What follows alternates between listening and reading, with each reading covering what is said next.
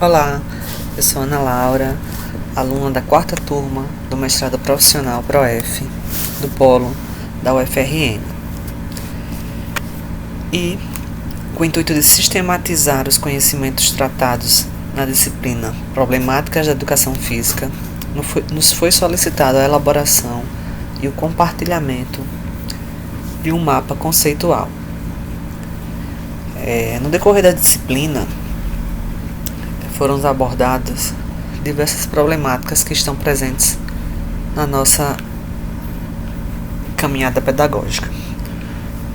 Entre elas, podemos citar as atuações pedagógicas, a relação entre a teoria e a prática, os aspectos legais da educação física, a indisciplina e o afastamento dos estudantes, as dificuldades relacionadas ao ensino do esporte e as questões de gênero. Para iniciar, eu gostaria de abordar as atuações pedagógicas, que são divididas em 3 grandes categorias, que são elas: o abandono do trabalho docente, caracterizado pela falta de planejamento e intervenção do professor. Nela, os alunos escolhem as atividades que querem praticar e o professor não intervém nessa aula. É a conhecida aula rola-bola. E quais seriam as causas desse desinvestimento pedagógico?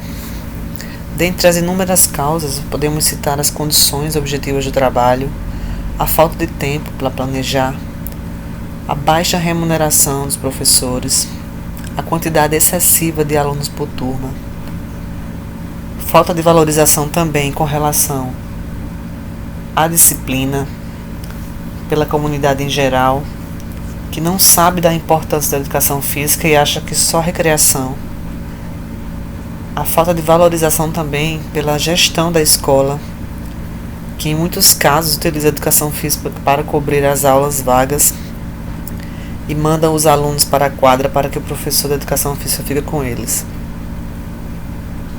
As outras práticas estão ligadas diretamente ao saber fazer e o saber sobre o fazer, que são as práticas tradicionais e as práticas inovadoras. As práticas tradicionais priorizam o saber, que está ligado ao modelo esportivista, e as práticas inovadoras estão ligadas ao saber sobre o fazer.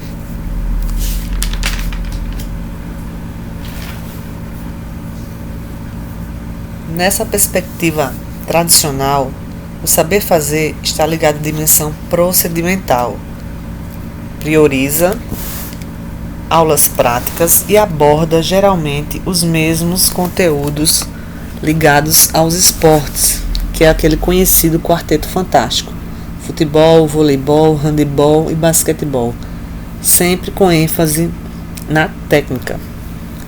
No saber sobre o fazer, no qual a gente se refere às práticas inovadoras, é abordada a dimensão conceitual e procedimental também. Prioriza as aulas teóricas e práticas associadas. É o que a gente fala que seria a metodologia renovadora. Com relação agora aos aspectos legais da educação física, podemos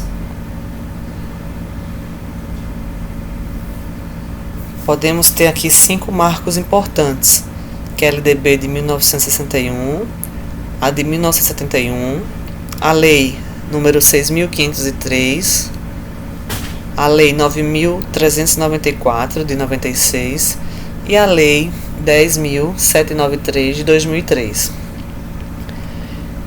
Na LDB de 1961, a educação física era vista apenas como uma atividade prática, com uma abordagem biologicista, com a finalidade de melhorar a aptidão física dos alunos.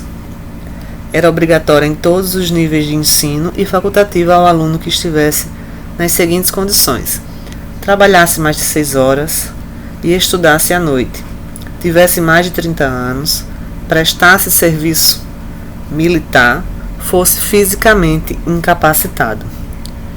Em 1971, o decreto de número 69.450 atribuiu uma nova regulamentação específica à educação física, que passou a ser concebida como atividade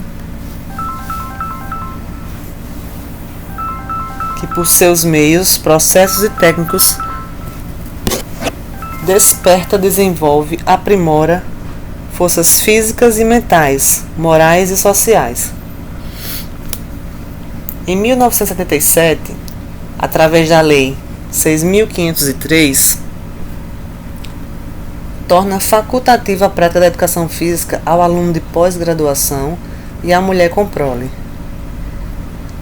Já em 1996, a educação física, através da LDB, sai da posição de atividade física, passando a ser componente curricular.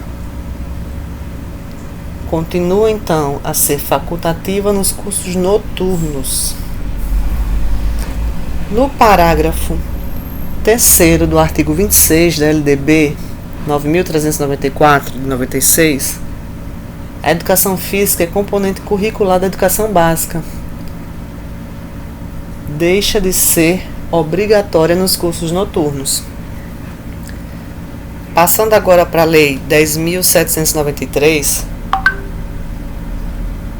na qual é esta que está em vigor atualmente, as aulas de educação física passam a ser facultativa não mais a todas as pessoas que estudam à noite, mas aquelas que se enquadram nas condições indicadas: trabalhadores, pessoas com mais de 30 anos, militares e mulheres com prole.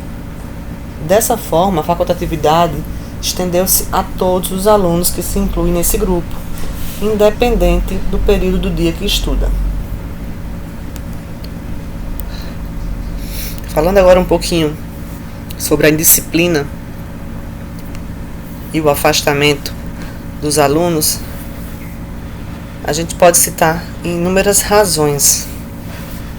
Entre as razões para o afastamento, também para a indisciplina, a gente pode citar os aspectos legais, que foi o que acabei de falar com relação às leis, né? Que os alunos se afastam porque tem leis que regem esse afastamento.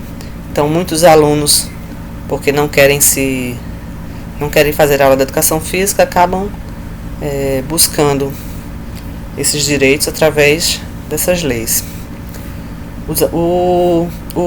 Os turnos de período contrário das aulas também é algo que afasta os alunos, né? A repetição de conteúdos ao longo dos anos. Então, assim, todo ano os alunos veem os mesmos conteúdos, acabam afastando, desmotivando os alunos. E outra razão seria o insucesso e exclusão nas aulas, né? Aquelas atividades nas quais os alunos participaram e não tiveram muito sucesso ou se sentiram excluídos, acabam afastando ele das práticas seguintes. Com relação à disciplina, a gente pode citar inúmeras razões. Entre elas está a dificuldade dos alunos em seguir regras, a falta de respeito, conversas paralelas, agitação excessiva. E como seria uma solução? Como enfrentar esses problemas de indisciplina e afastamento? Durante essa semana a gente viu algumas propostas, entre elas essa TPSR, que seria o modelo de responsabilidade social e pessoal. Esse programa foi desenhado originalmente para crianças e jovens negligenciadas, porém a proposta tem sido bastante utilizada também para trabalhar com os alunos de educação física. O seu uso pode possibilitar a todos os alunos um ambiente agradável para o desenvolvimento de hábitos de responsabilidade e de comportamentos adequados. O objetivo dessa proposta é o desenvolvimento de valores pessoais e sociais em aulas centradas no ensino de práticas corporais e a transferência destes para a vida cotidiana dos alunos. A proposta é estruturada em uma progressão de níveis, sejam elas respeito, empenho, autonomia, ajuda, e depois de conseguir se empoderar desses níveis de progressão, é tentar transferir eles para a vida do estudante, para a vida fora da escola. Outra proposta para o enfrentamento dessa indisciplina e desse afastamento é o futebol calherreiro, conhecido como futebol de rua. O conceito básico desse futebol é voltar às raízes do futebol de rua, que é uma prática desportiva de lazer autorregulada, onde as regras são previamente acordadas e tacitamente respeitadas por todos os participantes de um jogo, sem a necessidade de uma regulação ou autoridade externa. Essa proposta ela vem ganhando bastante visibilidade na América Latina e ela nasceu em bairros periféricos da cidade de Buenos Aires.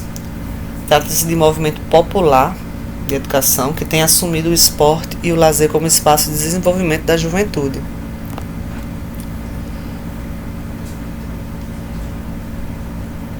Outra problemática ligada à educação física seria a dificuldade relacionada ao ensino do esporte. A gente tem algumas abordagens, que é a abordagem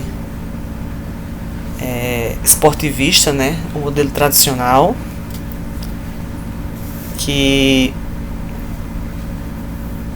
predomina algumas modalidades, como o quarteto fantástico, como já foi mencionado, que é o futebol, o basquete, o handebol e o voleibol.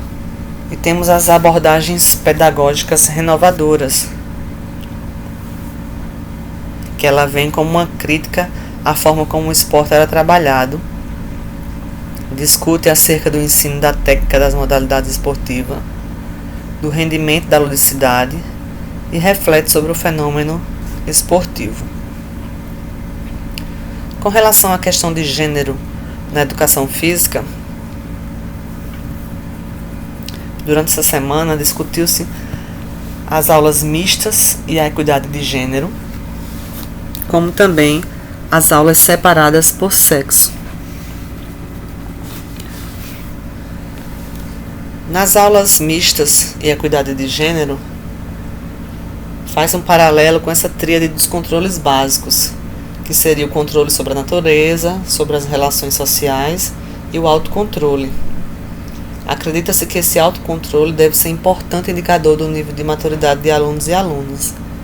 Pensando assim, compreende-se que o convívio de meninos e meninas nas aulas de educação física deve ser adotado e incentivado pelos docentes, buscando constantemente estabelecer um ambiente de respeito mútuo e solidariedade, no qual as diferenças físicas não se constituam em diferenças de acesso a uma participação efetiva nessas aulas.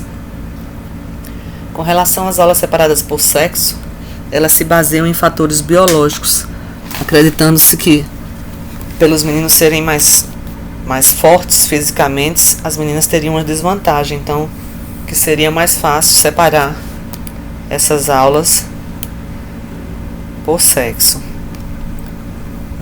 E fazendo agora, e quais seriam as alternativas didáticas para enfrentamento dessas questões de gênero? Respeitar a livre expressão, incentivar práticas corporais independente da sua indicação social, daquelas que se dizem para meninos ou para meninas, intervir em situações de discriminação e exclusão, desenvolver estratégias para que cada aluno se sinta integrante da aula. Essas seriam algumas alternativas didáticas para enfrentamento da problemática da questão de gênero.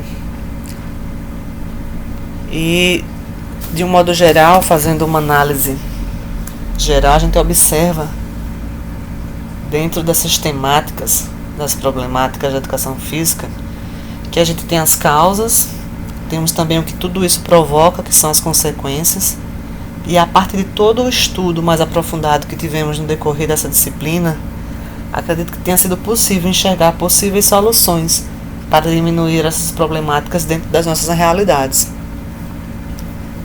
É isso, esse foi o meu mapa conceitual e espero que tenha sido um pouco esclarecedor.